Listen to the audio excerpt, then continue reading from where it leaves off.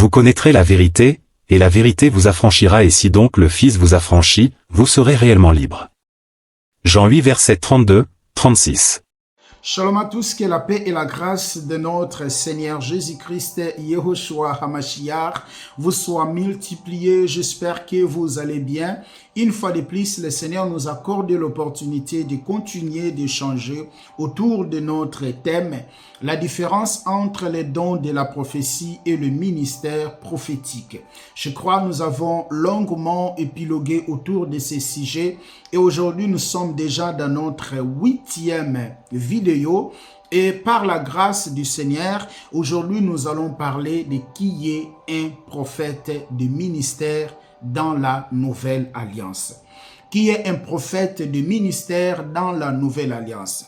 Je crois que les 7 vidéos qu'on a déjà parlé, nous avons compris qu'il existe une grande différence entre le don de la prophétie que nous trouvons dans le livre de 1 Corinthiens chapitre 12 et le ministère prophétique selon Éphésiens chapitre 4. Et je nous ai également, mes chers frères et sœurs, parlé sur la notion de la consultation prophétique. Je nous ai dit que dans la Nouvelle Alliance, nous avons vu ensemble que dans la Nouvelle Alliance, il n'y a pas la notion de consultation prophétique. On ne peut pas dans la Nouvelle Alliance aller consulter un prophète pour parler de nos vies ou pour prédire notre avenir. Pourquoi? Parce qu'aujourd'hui, l'Église a reçu, mes chers frères et sœurs, l'esprit prophétique. Dieu a dit dans les derniers jours, je répandrai mon esprit sur toute chair. On a parlé. On ne peut pas aller, mes chers frères et sœurs, consulter un prophète. La Bible dit dans Matthieu chapitre 27, le verset 51, lorsque Jésus était sur la croix, les rideaux du temple, le voile est déchiré de haut en bas. Et nous avons maintenant l'accès d'entrer dans le lieu saint, dans le lieu très saint, dans le Saint des Saints. C'est pour cela la Bible dit, approchez-vous devant le trône de grâce selon Hébreux chapitre 4, le verset 16. Et dans Hébreux chapitre 10, le verset 18 jusqu'au verset 22, on a dit que par sa mort, il nous a ouvert une nouvelle chemin ou par laquelle, mes chers frères et sœurs, nous n'avons plus besoin. Nous sommes dans une route nouvelle où nous sommes en train de marcher avec lui. Nous n'avons plus besoin, mes chers frères et sœurs, de quelqu'un qui soit au milieu de nous comme un médiateur. Pourquoi? Parce que lui seul, il est le médiateur entre nous et Dieu, selon 1 Timothée chapitre 2, le verset 5. Et la Bible va nous dire aussi également, dans Hébreux chapitre 1er, le verset 1 jusqu'au verset 2, j'aimerais lire cela. Après avoir autrefois, à plusieurs reprises et de plusieurs manières, parlé à nos pères par des prophètes, Dieu dans ces derniers temps nous parle par le Fils qu'il a établi héritier de toutes choses par lesquelles il a aussi créé le monde. Dans ces temps, autrefois, après avoir autrefois, de plusieurs manières, de plusieurs formes, Dieu a parlé par des prophètes ou dans l'Ancien Testament, dans l'Ancienne Alliance. Mais dans ces temps où nous sommes, Dieu nous parle par le Fils. Dieu nous parle par le Fils. Si j'ai besoin de savoir, de connaître ma vie, je mets mes genoux par terre, je prie le Seigneur. Matthieu chapitre 6, le verset 6, et il va me parler. Dans 1 Pierre chapitre 5, le verset 7, déchargez tout en lui. Pourquoi? Parce qu'il prend soin de vous. C'est lui qui prend soin de nous. Pourquoi? Parce qu'il est notre médiateur. Dans ces temps de l'Ancienne Alliance, au temps de la Nouvelle Alliance ou dans le temps de la Nouvelle Alliance, on pourrait aller consulter un prophète. Mais dans ces temps, on n'a plus besoin. La Bible dit dans Romains chapitre 8, le verset 14 jusqu'au verset 16, tous ceux qui sont conduits par le Saint-Esprit, ce sont les enfants de Dieu. il est aujourd'hui notre Père. Il est aujourd'hui notre Père. Comment pour parler à ton Père, tu dois aller auprès d'une personne? Pour parler à ton Père, tu dois passer par une personne interposée. Non, je n'ai pas besoin de passer par une personne interposée pour que je puisse parler, pour que le Père puisse me parler. Nous avons reçu, mes chers frères et sœurs, l'esprit prophétique. La Bible nous dit dans 2 Timothée 2, les versets 7 à 8, on nous dit, non, 1 Timothée 2, les versets 7 à 8, nous n'avons pas reçu l'esprit de servitude, mais nous avons reçu l'esprit de force. Et cet esprit est à nous. Donc, mes chers frères et sœurs, cette notion aujourd'hui n'a pas de place. N'a pas de place. N'a pas de place. Et avant qu'on puisse avancer dans notre point d'aujourd'hui, qui est un prophète de ministère dans la Nouvelle Alliance, j'aimerais nous demander de prier et laisser ce moment entre ses mains. Nous prions, Seigneur, je te rends grâce, je te loue, je te bénis parce que tu es bon. Merci pour l'opportunité que tu viens de nous accorder. Il est écrit, la chair ne sert à rien, mais c'est l'esprit qui vivifie. Pourquoi? Parce que tes paroles sont esprit et vie. Ne permets pas que ma chair puisse parler, mais que tu m'aides des expressions certes, afin que, Seigneur, les écailles puissent tomber dans nos yeux pour la gloire de ton nom. Il est écrit que le ténèbre ne régnera pas toujours. Merci parce que tu es un chemin de la vérité et c'est un chemin que nous devons suivre. Bénis mon frère, bénis ma sœur, qui a eu l'opportunité, Seigneur, d'écouter ces messages pour la gloire de ton nom. Au nom puissant de notre Adonai, Yehoshua HaMashiach, Jésus-Christ, nous disons Amen. Rapidement, mes chers frères et sœurs, qui est un prophète de ministère dans la Nouvelle Alliance? C'est comme je nous ai dit, mes chers frères et sœurs, la première personne qui a été appelée prophète dans la Bible, c'est Abraham, selon Genèse chapitre 20. C'est lui, la première personne, Genèse chapitre 20, le verset 7. C'est à travers Abraham qu'on peut, mes chers frères et sœurs, définir qui est un prophète. Je nous ai dit qu'un prophète, c'est celui qui a été appelé par Dieu.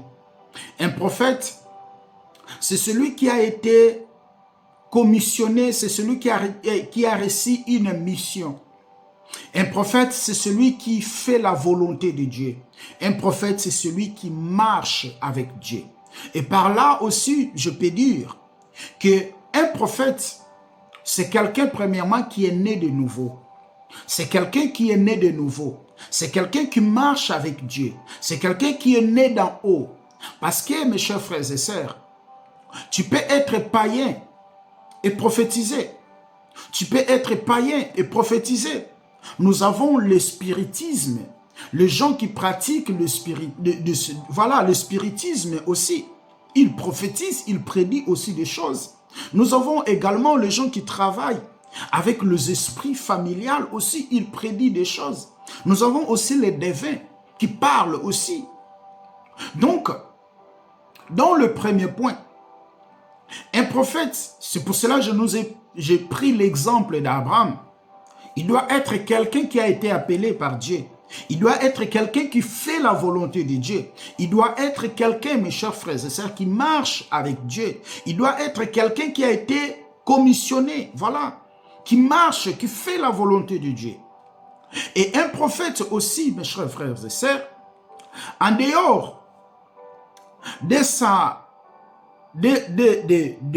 se naître de nouveau, en dehors d'être appelé, de marcher avec Dieu, de faire la volonté de Dieu, un prophète aussi, mes chers frères et sœurs, dans un sens global, je dirais aussi qu'un prophète, c'est quelqu'un aussi qui parle aux autres de Dieu, qui ramène aussi, qui apporte aussi, mes chers frères et sœurs, la parole de Dieu aux autres. Ou un prophète, je dirais, je m'explique, je dirais aussi qu'un prophète, c'est un enseignant, c'est un messager, C'est un révélateur des mystères cachés. Je vais prendre des exemples dans la vie d'Ésaïe. Je nous ai dit qu'un prophète, c'est important. Parce que beaucoup de gens sont des prophètes aujourd'hui. Si tu lui poses la question, qui est un prophète? Il va te dire, un prophète, c'est la bouche de Dieu. Mais les pasteurs aussi, c'est la bouche de Dieu. Évangéliste aussi. Tout enfant de Dieu, c'est la bouche de Dieu. Dieu a dit, lorsque le Saint-Esprit viendra sur vous, vous serez mes témoins. Nous allons essayer d'expliquer ça. Je nous ai dit, un prophète, c'est celui qui est né de nouveau. Tu dois être né de nouveau. Tu dois être quelqu'un qui marche avec Dieu. Tu ne peux pas être un païen. Et un prophète, mes chers frères et sœurs, lorsque je dis que tu ne peux pas être un païen, parce que pour nous, un prophète aujourd'hui, c'est celui qui prophétise. Tu peux prophétiser tout en étant un païen. Il y a les gens le spiritisme, qui pratiquent le spiritisme, ils parlent aussi. Il y a les gens qui prophétisent par les esprits familiales aussi. Ils prophétisent. C'est pour cela que tu ne peux pas être. On ne peut pas t'appeler prophète. Pourquoi? Parce que tu prophétises. Et un prophète aussi, c'est un enseignant de la parole. C'est un messager. C'est un révélateur des mystères cachés de Dieu. Je vais prendre Ésaïe chapitre 1er. Ésaïe chapitre 1er, j'espère que je me fais comprendre. Ésaïe chapitre 1er, le verset 4. Écoutez ce que la Bible nous dit dans Ésaïe chapitre 1er, le verset 4. Ésaïe chapitre 1, le verset 4. Écoutez. Malheur à la nation pécheresse, au peuple chargé d'iniquité, à la race de méchants, aux enfants corrompus. Ils ont abandonné l'Éternel. Ils ont méprisé les saints d'Israël.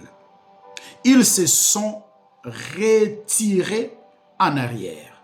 On voit ici le prophète Ésaïe qui est en train de parler aux enfants d'Israël, qui enseigne aux enfants d'Israël, qui ramène le message aux enfants d'Israël. Il dit malheur au peuple d'Israël. Pourquoi? Parce qu'ils ont abandonné le Seigneur. Ils se sont détournés de leur voie. Ils parlent pour que les enfants d'Israël reviennent au Seigneur. Je vais prendre aussi Ésaïe, toujours dans le livre d'Ésaïe. On va prendre les versets 25. Pardon, chapitre 25, le verset 8. Il a anéanti la mort pour toujours. Le Seigneur l'Éternel a essuyé les larmes de tous les visages. Il fait disparaître de toute la terre l'opprobre de son peuple, car l'Éternel a parlé. Donc on voit que Ésaïe, il ramène le message au peuple.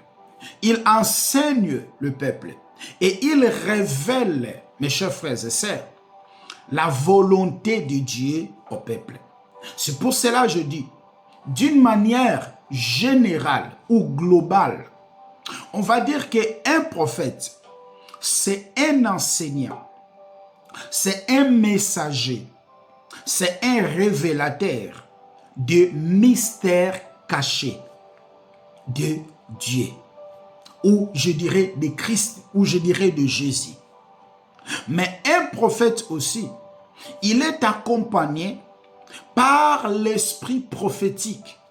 Il est accompagné par un esprit prophétique. Il est accompagné par un don de la prophétie. Mais sa particularité n'est pas le don de la prophétie. Mais sa particularité, c'est d'enseigner, c'est d'annoncer. Mes chers frères et sœurs, les mystères cachés de Dieu ou du Seigneur.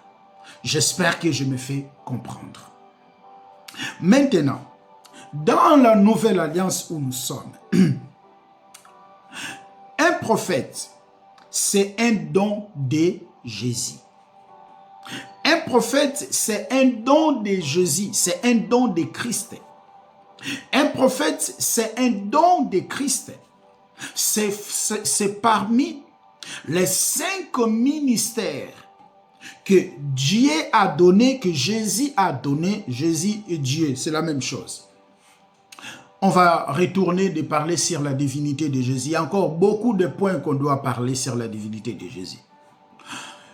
C'est un don que Jésus a donné pour mes chers frères et sœurs, perfectionner son Église. Par là, je nous invite de lire ensemble avec moi Éphésiens chapitre 4, les versets 10 jusqu'au verset 16e. Nous allons lire cela ensemble. Nous allons lire cela ensemble.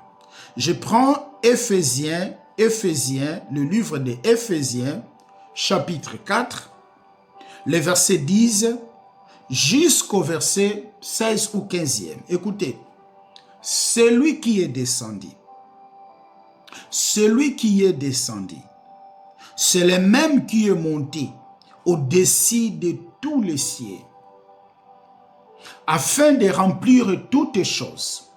On nous présente celui qui est monté.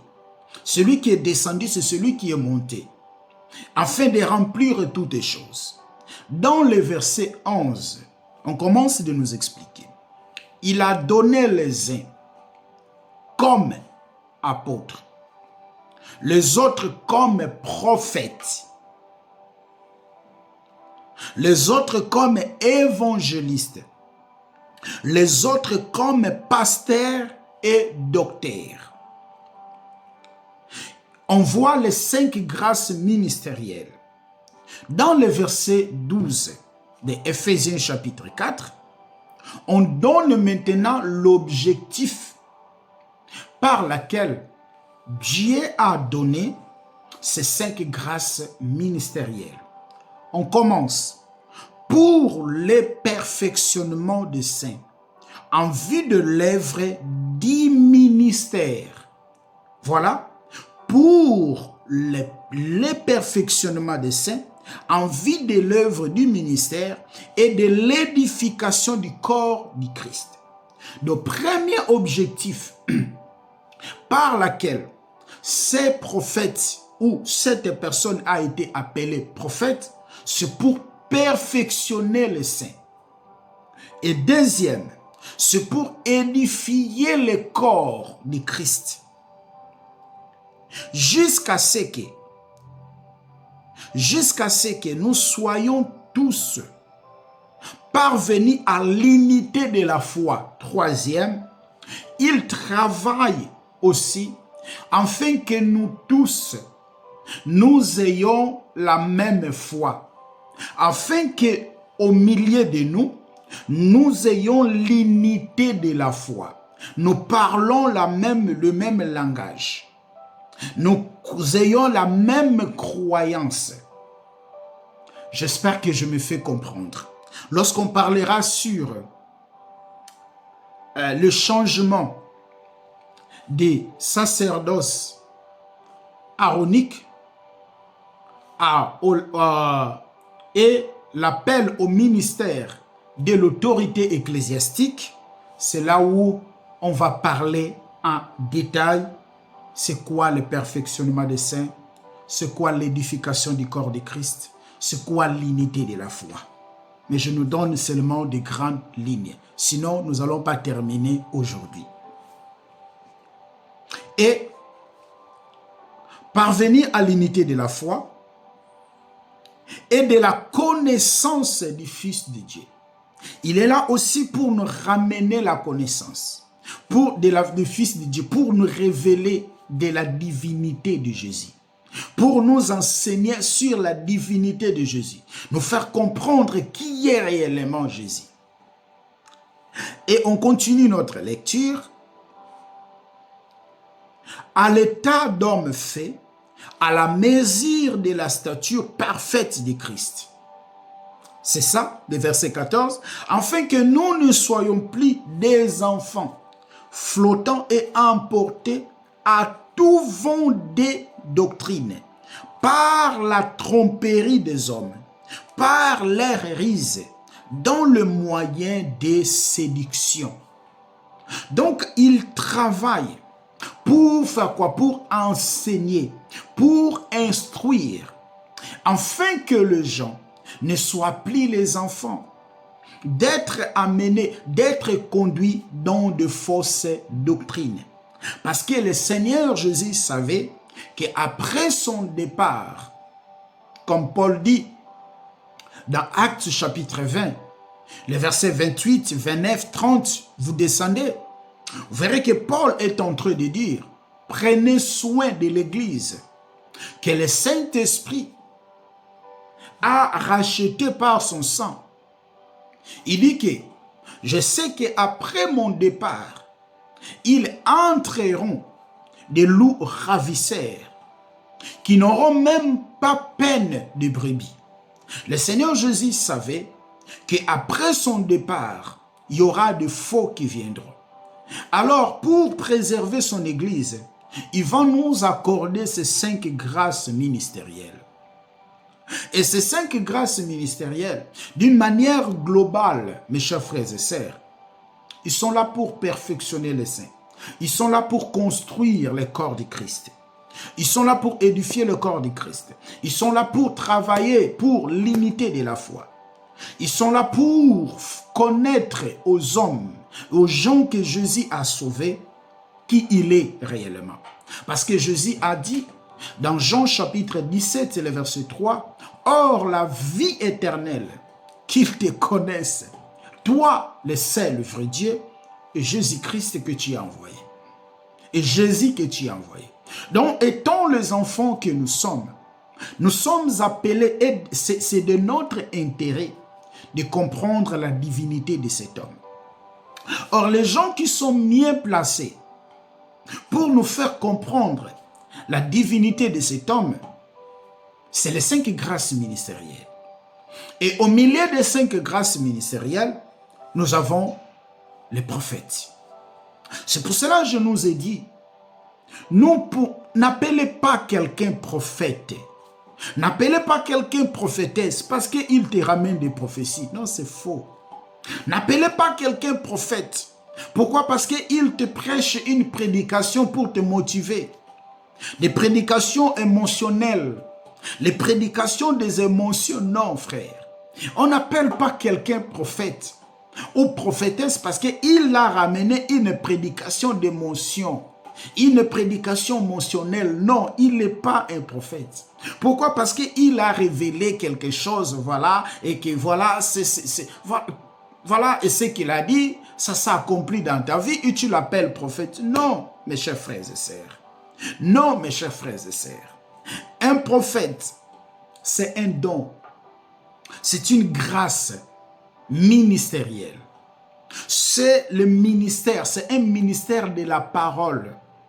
Vous verrez que dans Actes chapitre 6, oui, les versets 1er jusqu'au verset 6e, il y avait des gens, voilà, qui ne recevaient pas la nourriture tout qu'on sort dans l'administration.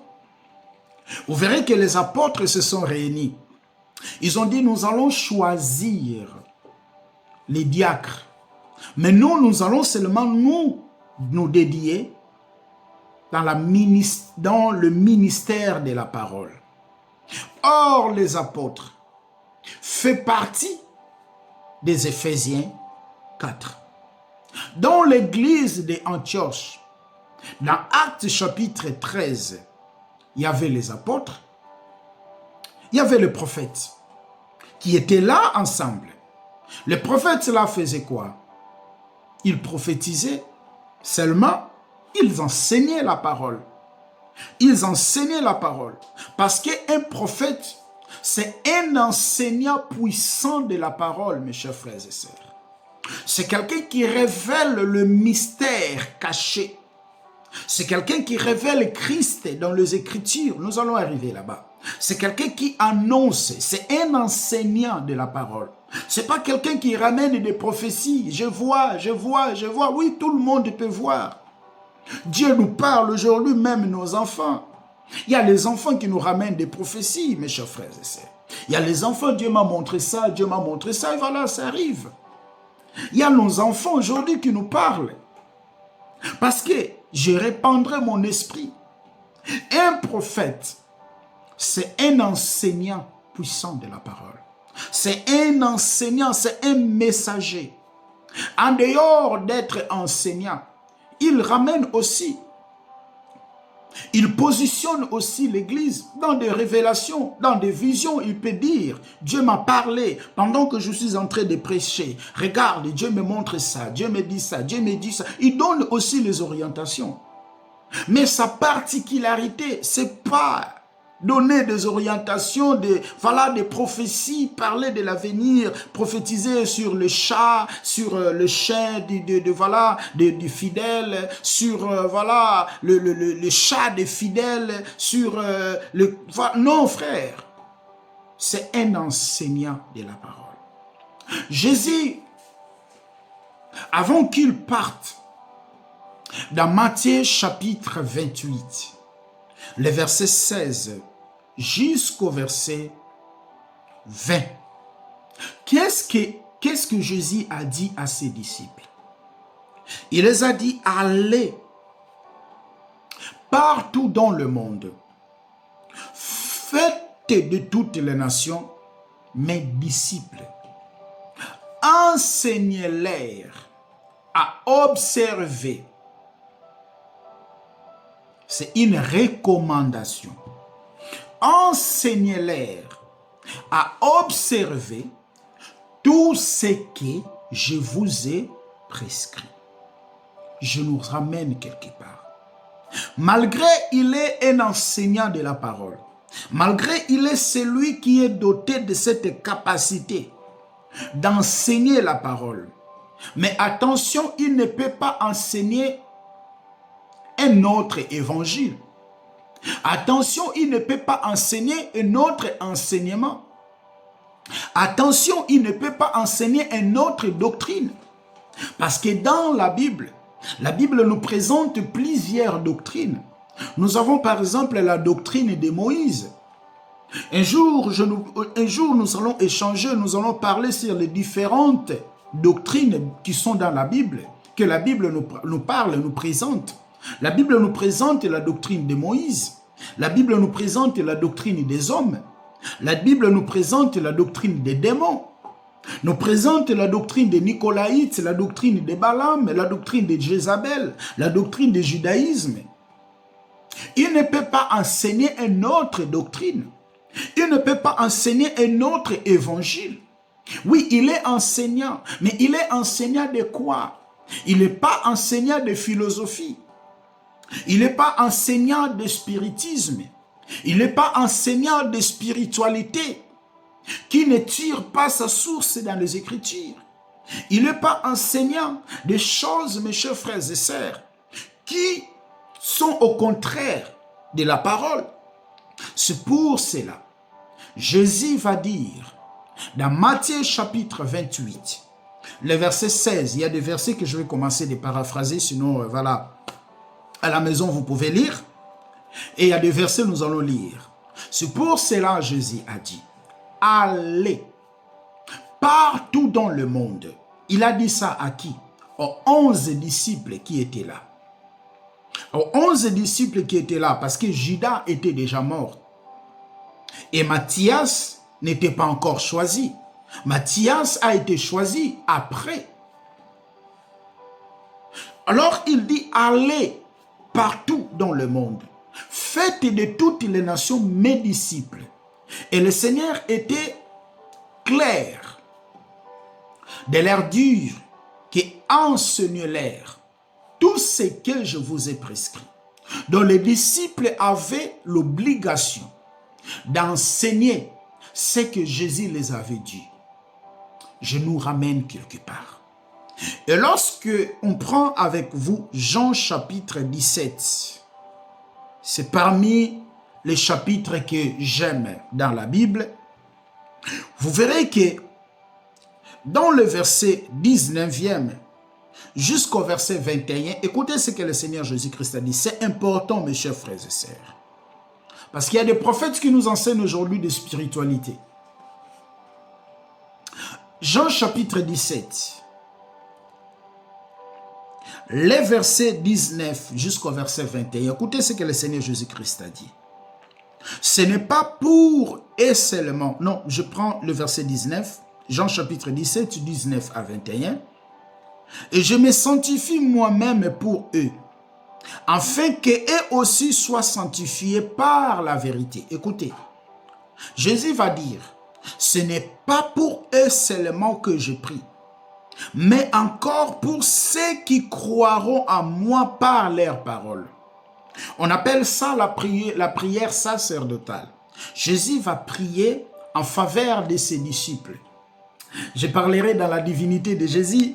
Pourquoi Jésus priait s'il est Dieu? Si Jésus est Dieu, pourquoi prier?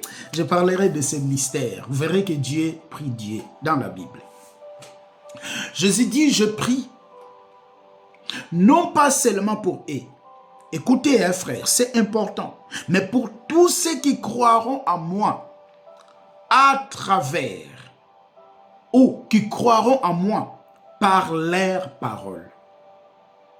Dans le verset 21, afin que tous soient un, comme toi, Père, tu es en moi, et comme je suis en toi, afin qu'eux aussi soient un en nous, pour que le monde croie que tu m'as envoyé. Si Jésus est Dieu, pourquoi Dieu lui a envoyé? On va parler de ça, frère. Donc, on comprend que Jésus va faire la prière sacerdotale. Il a prié pour toi, il a prié pour moi, il a prié premièrement pour ses apôtres, il a prié pour toi, il a prié pour moi. Il a dit, mes chers frères et sœurs, et que je prie que tous ceux qui croiront en moi à travers leurs paroles, à travers les paroles que je t'ai données, je les ai données. Donc, pour que je sois un avec Jésus, pour que tu sois un avec lui, nous ne pouvons pas croire à un autre évangile. Nous ne pouvons pas croire à un autre message. Pour que nous soyons un avec lui, nous devons croire à ce que les apôtres nous ont ramené. Nous devons croire à ce que les apôtres nous ont enseigné. Si nous refusons ce que les apôtres nous ont enseigné, nous ne sommes pas ses disciples. Tu peux avoir une église. Tu peux partir dans une église. Tu peux prêcher. Mais si tu ne vis pas, si tu ne pratiques pas ce que les apôtres de Yehoshua HaMashiach ont enseigné, tu n'es pas son disciple. Luc chapitre 6, les versets 46, 48. Pourquoi m'appelez-vous Seigneur, Seigneur, si vous ne faites pas ce que je vous demande? Matthieu chapitre 24, le verset 4 à 5. Plusieurs viendront sous mon nom, mais ils ne seront pas de moi. Donc, si tu dis que tu es prophète de ministère et que c'est Jésus qui t'a envoyé et que c'est Yehoshua qui t'a commissionné, tu es appelé à répéter les apôtres. Tu es appelé à répéter les apôtres. La Bible dit dans Éphésiens chapitre 2, le verset 20, nous sommes édifiés, nous sommes fondés sur les fondements qui a été posé par des apôtres et des prophètes, par laquelle Jésus-Christ, Yehoshua HaMashiach, est la pierre angulaire. 1 Corinthiens chapitre 3, les versets 10 jusqu'au verset 12e, Paul va dire, comme un sage architecte, j'ai posé les fondements. Et tous celui-là qui veulent construire sur ce fondement, ils doivent suivre la manière dont nous avons construit. Donc, si je dis que je suis un prophète de ministère, je dois répéter les apôtres. Je ne peux pas aller au-delà des apôtres. Je ne peux pas, mes chers frères et sœurs, aller au-delà des apôtres. Je ne peux pas déplacer les bornes que les apôtres ont laissées. Je dois être dans la même ligne de conduite avec les apôtres. J'espère que je me suis fait comprendre. Lorsque vous prenez, ce n'est pas en vain que Paul va parler plus loin dans Galates chapitre 1er. Le verset 9 jusqu'au verset, le verset 6 jusqu'au verset 9e. À la maison aussi, je nous demanderai de lire Colossiens chapitre 2, les versets 1er jusqu'au verset 9e. Colossiens chapitre 2, je ne sais pas si on aura le temps de le lire ici. Colossiens chapitre 2, le verset 1er jusqu'au verset 9e. Écoutez ce que Paul va dire dans Galates chapitre 1er, le verset 6 jusqu'au verset même 8e.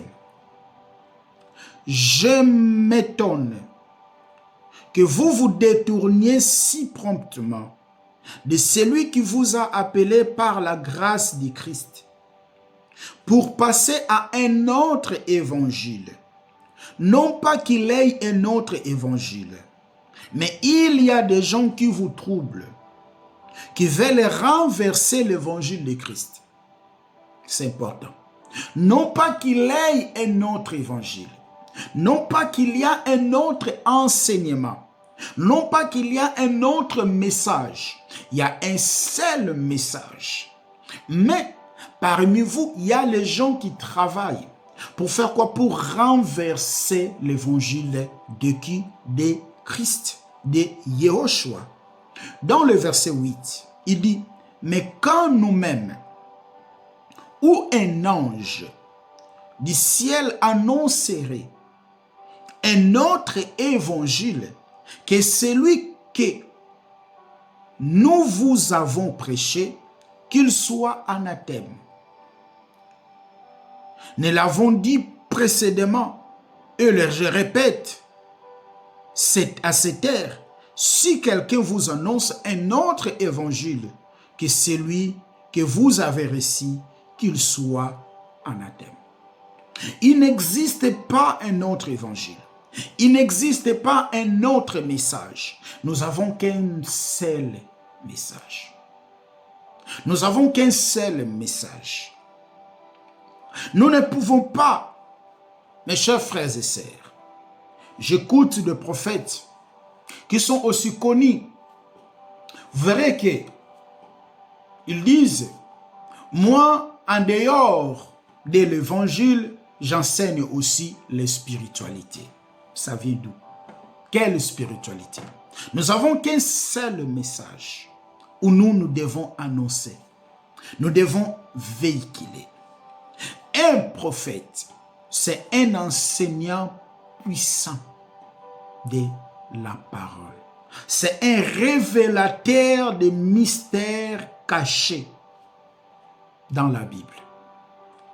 Il prend les prophéties d'Ésaïe, il prend les prophéties d'Habakkuk, il prend les prophéties d'Osée, il prend les prophéties de Michée, il prend les prophéties de tous ces prophètes-là et il positionne l'Église.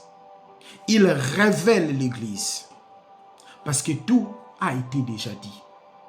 Il positionne l'Église, il révèle l'Église. Il prépare l'Église dans la perspective prophétique. Pas comment comprendre une vision. Pas comment comprendre une vision, interpréter un songe. Non, frère. C'est un enseignant puissant de la parole. Parce qu'il fait aussi partie de 5 grâces ministérielles. Il est comme un apôtre. Il est comme un évangéliste. Il est comme un docteur. Il est comme un pasteur. C'est un enseignant. C'est un enseignant. Pas celui-là, je vois. Ah, je vois. Tout le monde peut prêcher. Est-ce que vous le savez?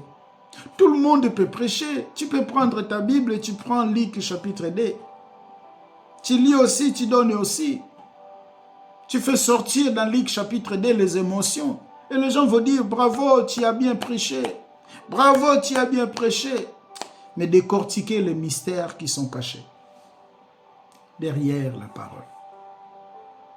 C'est ça, mes chers frères et sœurs. Donc, il ne peut pas enseigner un autre message. Vous verrez que les apôtres, tous, enseignaient un seul. Ils enseignaient seulement l'évangile, la croix.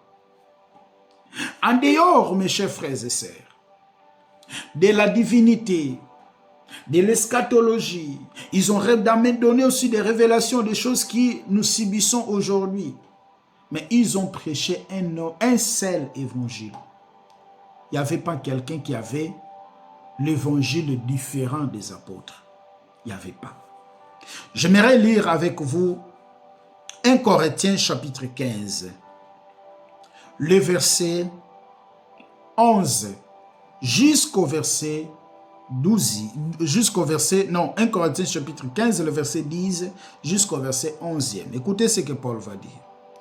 Par la grâce de Dieu, je suis ce que je suis. Et sa grâce envers moi n'a pas été vaine. Loin de là, j'ai travaillé plus que tous. Non pas moi toutefois, mais la grâce de Dieu qui était avec moi. Le verset 11. Ainsi donc, que ça soit moi, que ça soit eux, voilà ce que nous prêchons, ce que vous avez cru. Paul ne dit pas que Pierre avait un autre message.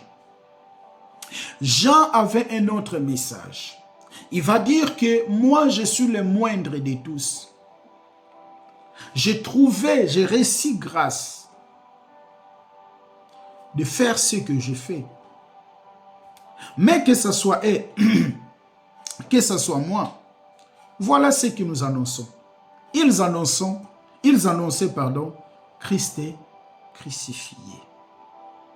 Ils annonçaient Christ est crucifié. C'est pour cela, lorsque nous arrivons dans 1 Corinthiens chapitre 2, excusez-moi, dans 1 Corinthiens chapitre 2, les versets 1er jusqu'au verset 5e.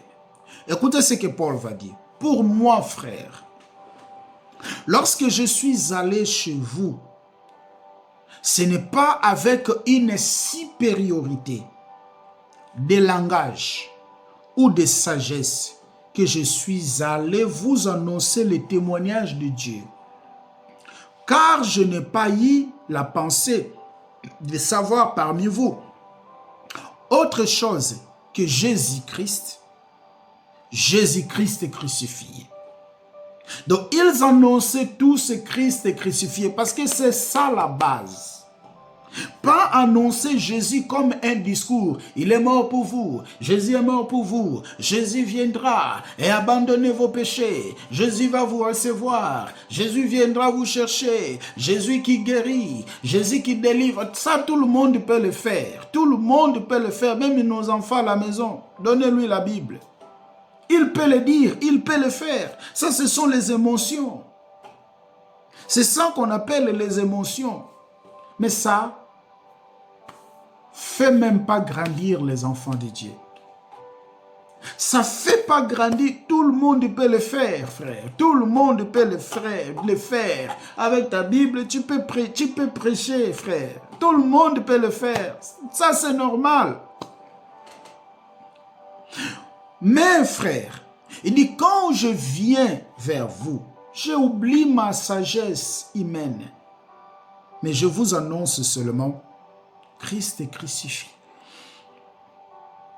Moi-même, j'ai été auprès de vous dans un état de faiblesse, de crainte et de grands tremblements. Et ma parole, ma prédication ne se reposait pas sur le discours persuasif des langages, mais c'est une démonstration de l'esprit et de puissance, afin que votre foi fût fondée non sur la sagesse humaine, mais sur la puissance de Dieu. Il dit, je prêche en vous Christ est crucifié pour que votre foi ne soit pas fondée sur la sagesse humaine, mais sur la puissance de Dieu. Plusieurs, leur foi, sont fondées, mes chers frères et sœurs, sur la sagesse humaine, mais pas sur la puissance de Dieu. Dans 1 Corinthiens, toujours le verset 1er, 1 Corinthiens chapitre 1er, le verset 17, même jusqu'au verset 18. Écoutez ce que la Bible dit. Écoutez ce que la Bible dit. 1 Corinthiens 15, à partir de son verset 17e. Ce n'est pas pour baptiser que Christ m'a envoyé. C'est pour annoncer l'évangile. Et cela sans la sagesse du langage, afin que la croix de Christ ne soit pas rendue vaine. Car la prédication de la croix, c'est une folie pour ceux qui périssent. Mais pour nous qui sommes sauvés, elle est une puissance de Dieu. Il dit que c'est pas par baptiser, mais c'est pour prêcher la croix. C'est pour annoncer l'évangile de la croix. Pas prêcher la croix comme un discours aujourd'hui, mais c'est de révéler Christ. C'est de présenter Christ. C'est d'enseigner les enfants de Dieu dans sa totalité, pour qu'il ait la connaissance. Dans Romains chapitre 1er, les versets 16 à 17, je n'ai pas honte de l'évangile. Pourquoi? Parce que l'évangile, c'est la puissance de Dieu pour le salut de quiconque croit. Et voilà, aujourd'hui, l'évangile a été écarté au milieu de nous. La saine doctrine, le vrai évangile, le mystère de la croix, le message de la croix, l'évangile de la croix a été écarté au milieu de nous.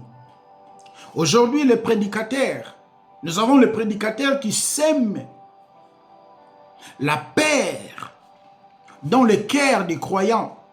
Sanctification, sanctification, sanctification, sanctification, sanctification.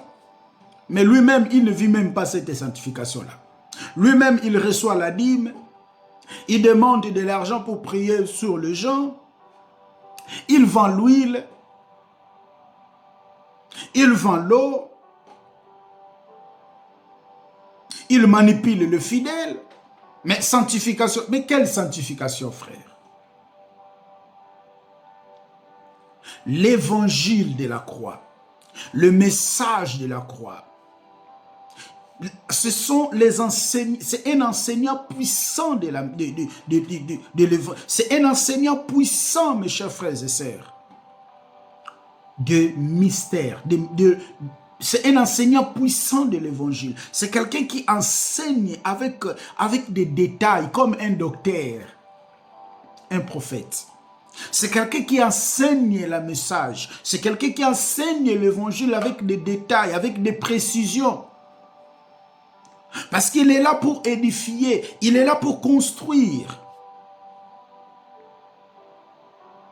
Mes chers frères et sœurs, Paul dit, je n'ai pas honte de l'évangile. Pourquoi? Parce que c'est la puissance de Dieu pour le salut de quiconque croit. Je vais prendre également Ephésiens chapitre 3. Écoutez ce que la Bible dit dans Ephésiens chapitre 3. Paul, Pierre, tous, ils n'avaient pas des messages différents comme nous aujourd'hui. Ils annonçaient tous un seul évangile, un seul message. Mais regardez-nous aujourd'hui.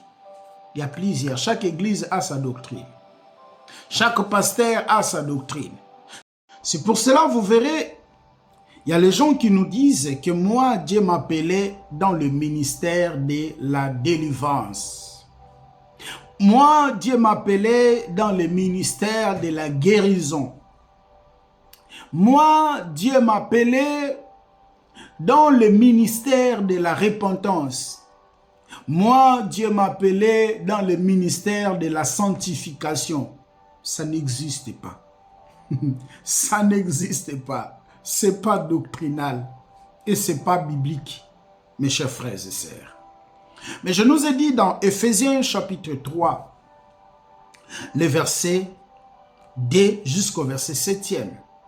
Parce que je nous ai dit qu'un prophète, c'est un révélateur des mystères cachés du Christ. C'est quelqu'un qui décortique la parole.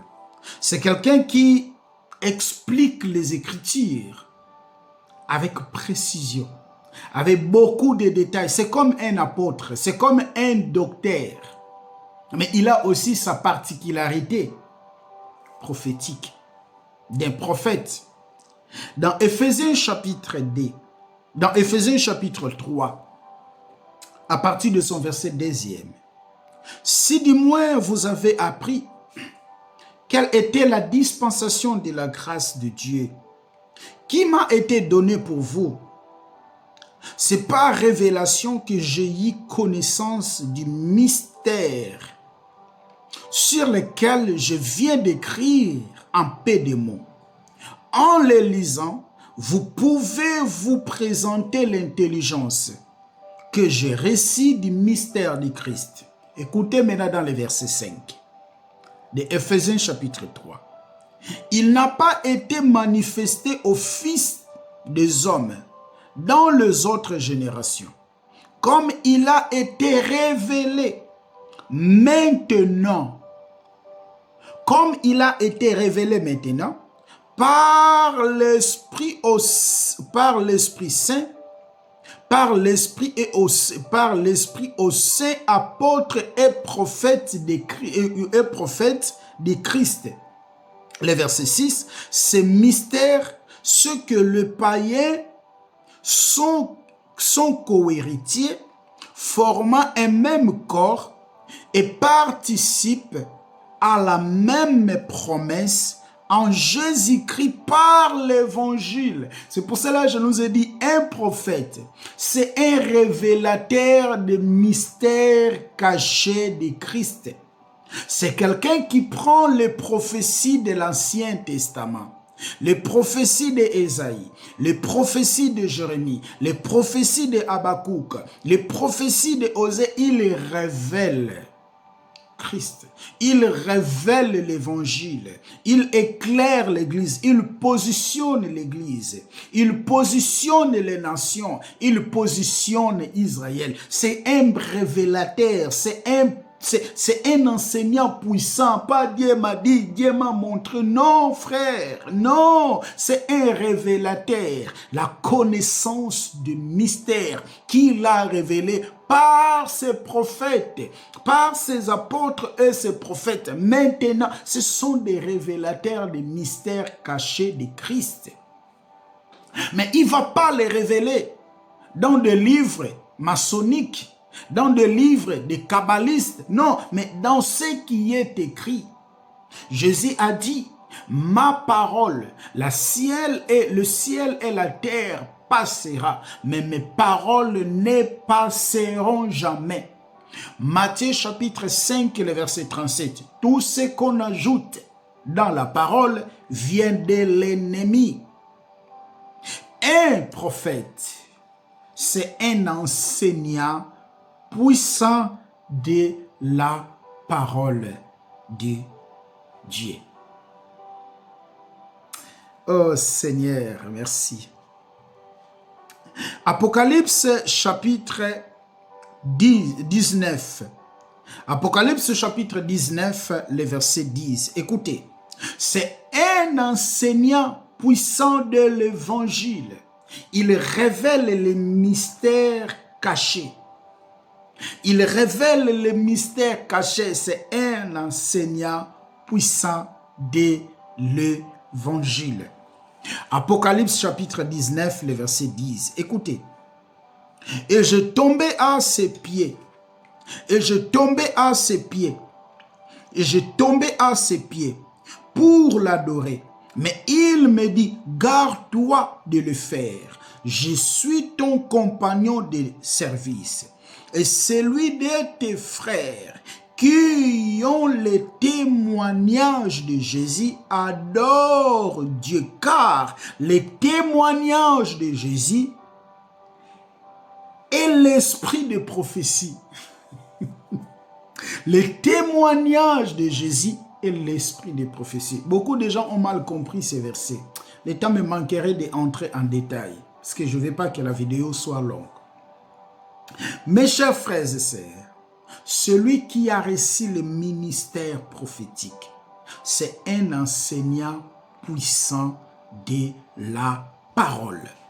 Et vous verrez que de ces 5 grâces ministérielles, le Saint-Esprit aussi est en train de faire aussi son travail.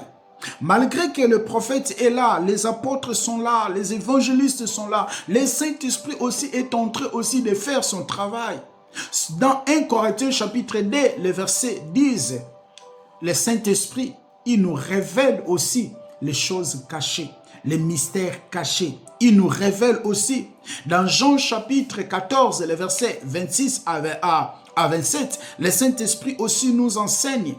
Dans Jean chapitre 14, le verset 26, le Saint-Esprit aussi, mes chers frères et sœurs, il nous enseigne, il nous conduit, il est celui qui a été envoyé par le Père. Où le Saint-Esprit en lui, il englobe tous les 5 grâces ministérielles. Je nous ai parlé.